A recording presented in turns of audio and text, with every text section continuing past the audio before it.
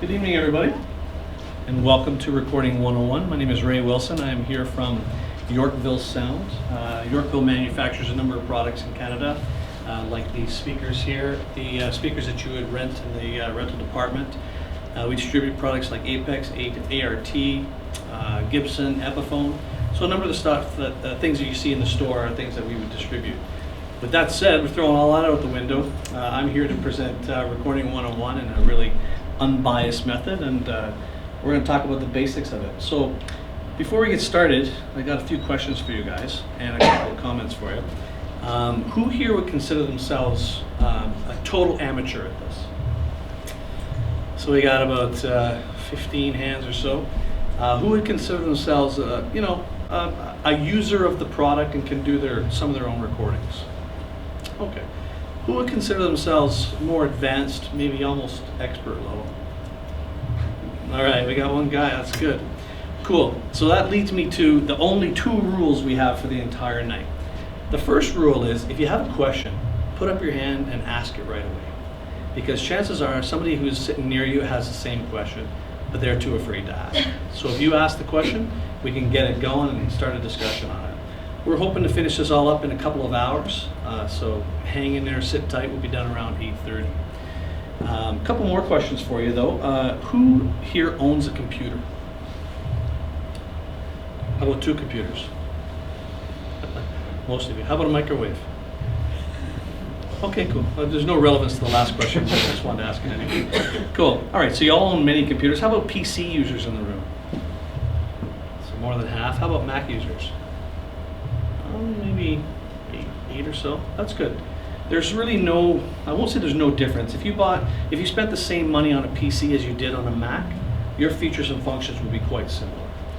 Your differences would be operating systems and a few other things. But all those who are PC users, be glad that you have a PC and that you spent half of what the Mac people did. You too can do recordings with your PC. Cool. All right, so enough with the questions, right? Let's get started. So we're going to answer two questions tonight, and those two questions are this. If I go to the counter at McQuade and I walk up to a sales associate and I say, hey, listen, I'm a musician, I want to record myself, what do I need to buy? So that's question number one. Question number two is, all right, so I have all the stuff in the McQuade bag and I'm at home now, how do I hook the stuff up?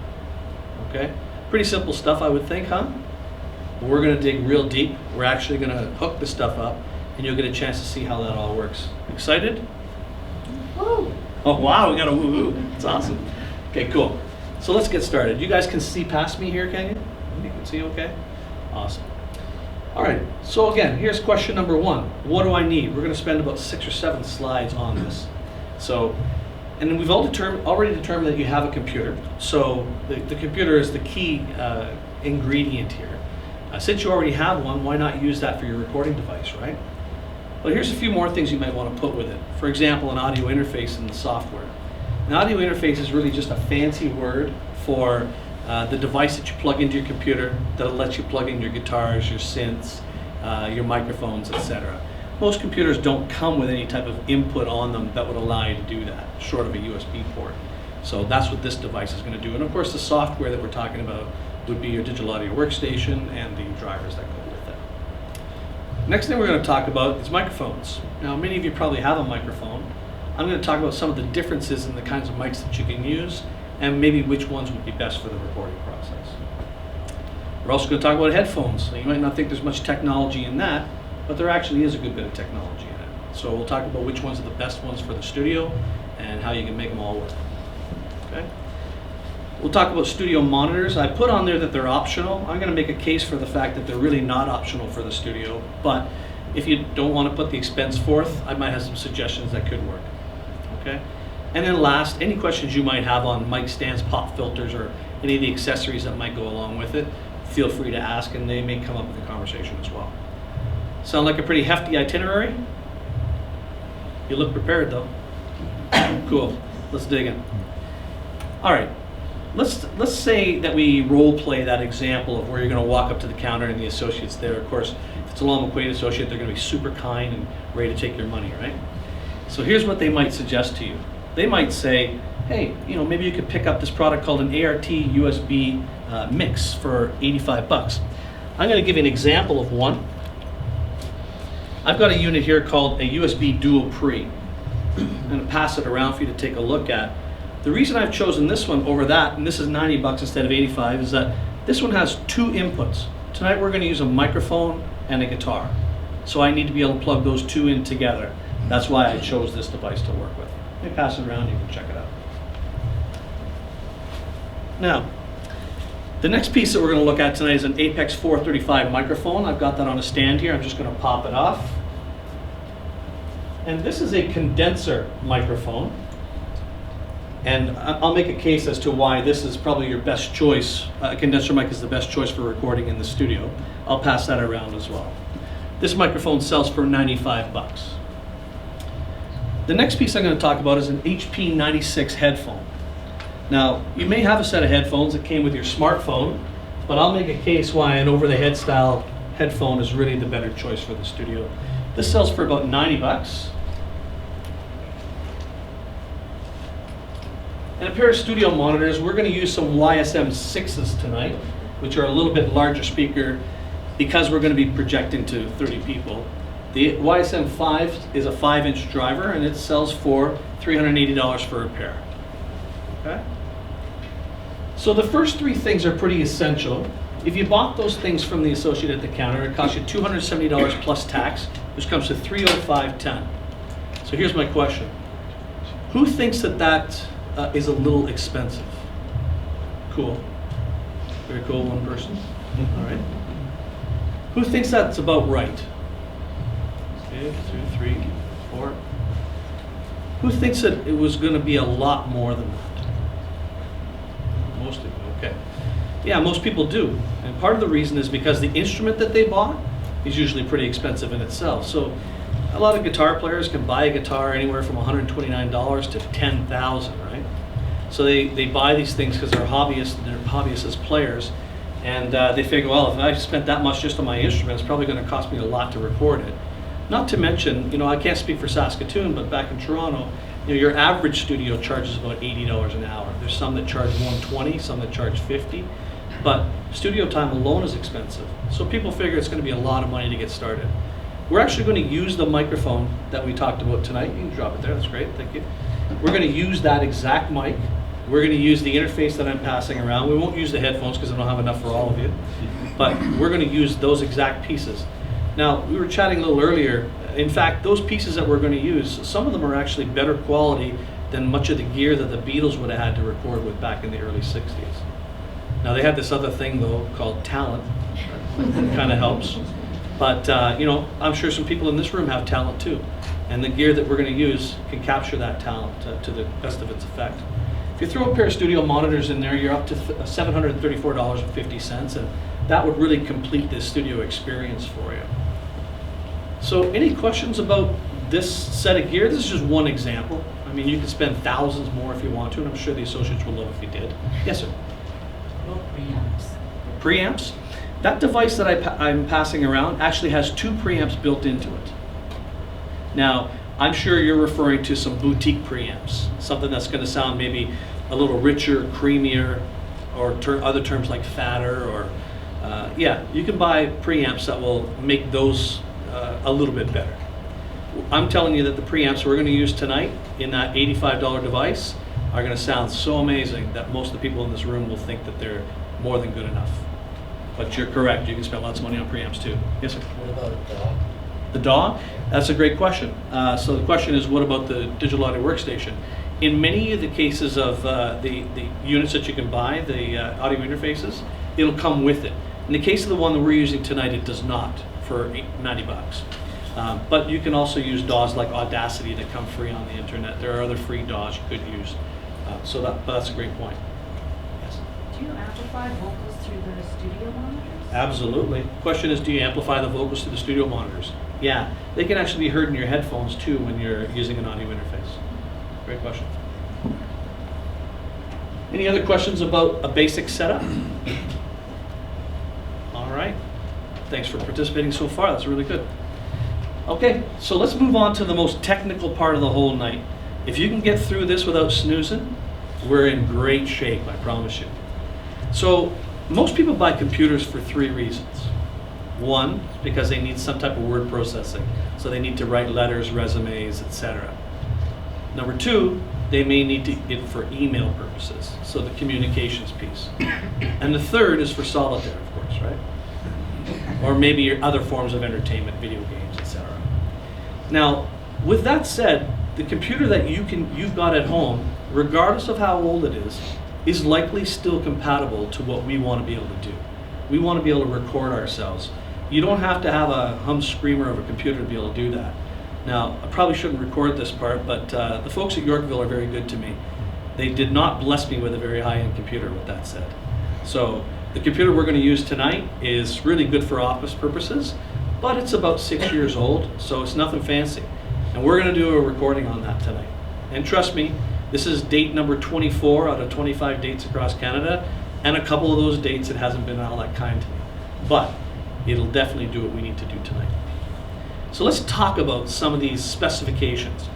Before I do that, I want to ask, especially I see a lot of young people here, has anybody here bought a computer game, taken it home, gone to Walmart, took the game home, put it into the computer, and then the computer says, I'm sorry, this game will not work because it doesn't meet the minimum specifications? Anybody have that happen? Yeah, and of course when you took it back to the computer store, they gave you all your money back, right? I know digitally it's been like two months since I bought it, so it wouldn't. Oh, is that right? Yeah, they seldom take back open games anyway, because a person could just take it, make a copy of it, and take it back, right? So the moral to that story is you always have to check your computer specifications against what it says on the side of the box of the software that you're going to buy. So we'll make that point a little bit further on. But let's talk about the actual hardware for a moment. Who here has heard of Windows XP? Show of hands. So almost everybody. Windows Vista will skip right over. Windows 7, though, was probably one of the more stable Windows operating systems. And I would suggest that that is the bare minimum you'd want to work with. Now, I'll even take that a step further and say that you'd want to use Windows 7 64-bit. Because 64-bit software does something very essential to what we do. And that is that it recognizes, to today's limits, an unlimited amount of RAM. Now, I'm sure that limit will come one day, but essentially it'll recognize, a 32-bit operating system will only recognize 3.2 gigabytes of RAM or less. So you could load your computer with all kinds of RAM, run a 32-bit operating system, and it won't do you any good. So I would suggest Windows 7 64-bit, or of course Windows 8 or Windows 10, which are both 64-bit operating systems. Both of those will work. Now for the Mac folks, back at 10.6 or Snow Leopard, something important happened in the Apple world, and that was the change to Intel processors. So that's pretty important because today nobody offers anything out there that really works with anything that doesn't have Intel on the Mac. So you may have heard of Snow Leopard, Lion, Mountain Lion, Mavericks, El Capitan, all kinds of operating systems that have come out since then. The later one you can get, the better off you're going to be. But again, you're going to want to look at the side of the box of the interface that you buy and the software that you buy and make sure that it's compatible with your operating system. Anybody totally lost right now? Okay, we dodged the bullet there. All right, let's talk about this RAM business. RAM is the active memory in your computer. Now, you may not recognize this, but even just to get your computer to boot up the actual screen that comes up to invite you to use it, it's taking up some RAM. So the active memory is being used right off the hop. And if you ever open up an email, the next time you turn on your computer, the email program is going to run in the background. So whether you want to use email or not, it's going to take up some active memory. Same thing with all the websites that you get into. It'll remember that stuff too and use up some of your active memory. So the more RAM that you have, the more things you can have running at any given time. Does that make sense to people? Here's the important part in the recording world. We're going to ask our computer to do a good job of actually recording and playing back music while I record, doing the mix process and show a whole bunch of meters on the screen, and it becomes pretty resource heavy. So the more RAM you can have in your computer, the better off you be. I put here 1 gig of RAM because I know some of the older digital audio workstations and some of the older hardware will work just fine on 1 gig of RAM. I should be saying 4 gigs today because I've been doing this seminar for about 4 years. But end of the day, 1 gig of RAM will get you by if that's what your computer has. Any questions on RAM? Well, you're being either real nice to me or you're just not sure. But I appreciate it either way. Let's talk about this hard drive business. Can anybody tell me why I would suggest having 2 hard drives in your computer for doing this? Yeah. So that you're running your audio to a different device than your operating system? Absolutely. So his answer was so that you're running the sound to a different hard drive than where your operating system is running from. Computers they can be efficient machines if you teach them how to be. So for example, in your computer there's I'll call it a permanent storage drive that after you shut the computer off, it keeps the information that you stored. And that's your initial hard drive. I'm suggesting one at around 250 gigs. On that, you will store your digital audio workstation, you'll store your email programs, all the programs that you use, you'll store on this drive. The secondary drive, though, is where you're going to store your hit song. And somebody in this room is probably going to write one. And of course, you won't forget me when you do, right? So there you would put your hit song. Can anybody tell me why I would want to keep my hit song on that drive? Less chance of losing it, right? So, your friend Henry sends you an email that says, hey, check this out. You click on the attachment and it wipes out your initial hard drive via virus, right? Do you think that that's going to kill this one too? There's much less chance of that happening, right? On top of that, is if your friend Henry, if you still get along with him, you might take your secondary hard drive and unplug it from your computer, go over to his place and plug it into his computer, and you can continue doing your work, your recordings, at his place. So now your files are mobile. The other thing that's cool is you can always back up that initial hard drive to that secondary hard drive. In the event that the first one fails, you put a new one in, and then you'll just reload it from the secondary hard drive. Lots of reasons to have a secondary hard drive. Have I sold you all on that? Yes. Is there also just basic read-write issues, like the Absolutely. operating system and the software have to read-write at a different rate? You're than absolutely right. So his point is there not also read-write issues? There's a lot of stuff going on this drive when we're recording. The software itself takes up a lot of resources off the hard drive. If I have my software running on this main drive and the big lumps of data that we're about to record in music are stored on this drive, this one will work a lot more efficiently. Therefore, that one up too can work more efficiently, just storing the music. And the computer will actually operate a lot better. Great point, thank you. Yes? What about connection We're going to get to that in about 2 more points. for the secondary hard drive? We're going to get to that. Okay. Yeah. So you should get a 15-inch monitor, something about this size right here. And then, how about, put up your hand if you don't know what these things are. I'd be happy to explain it. USB. USB is one of the hard drive connections. Yes. What's MADI? We're going to get right to that. Will USB be fast enough? Yeah, it'll definitely be fast enough, yes. How about Firewire? Anybody not know what that is? All right. So Firewire was a product that came out from Apple initially to be able to compete with USB. There's numbers that go with all this, but just put it to you this way. The first incarnation was the only. Firewire came out, it was a little bit faster. Then the second incarnation of USB came out, and it was faster. Then the second incarnation of Firewire came out, it was faster. Now the third incarnation of USB has come out, and it's faster. So Apple decided, we'll throw Firewire into everything. And now we're going to get back to a different input called Thunderbolt. And Thunderbolt's even faster than their old Firewire protocol. And now it's exclusive to Apple again. So you'll only find that on Apple devices.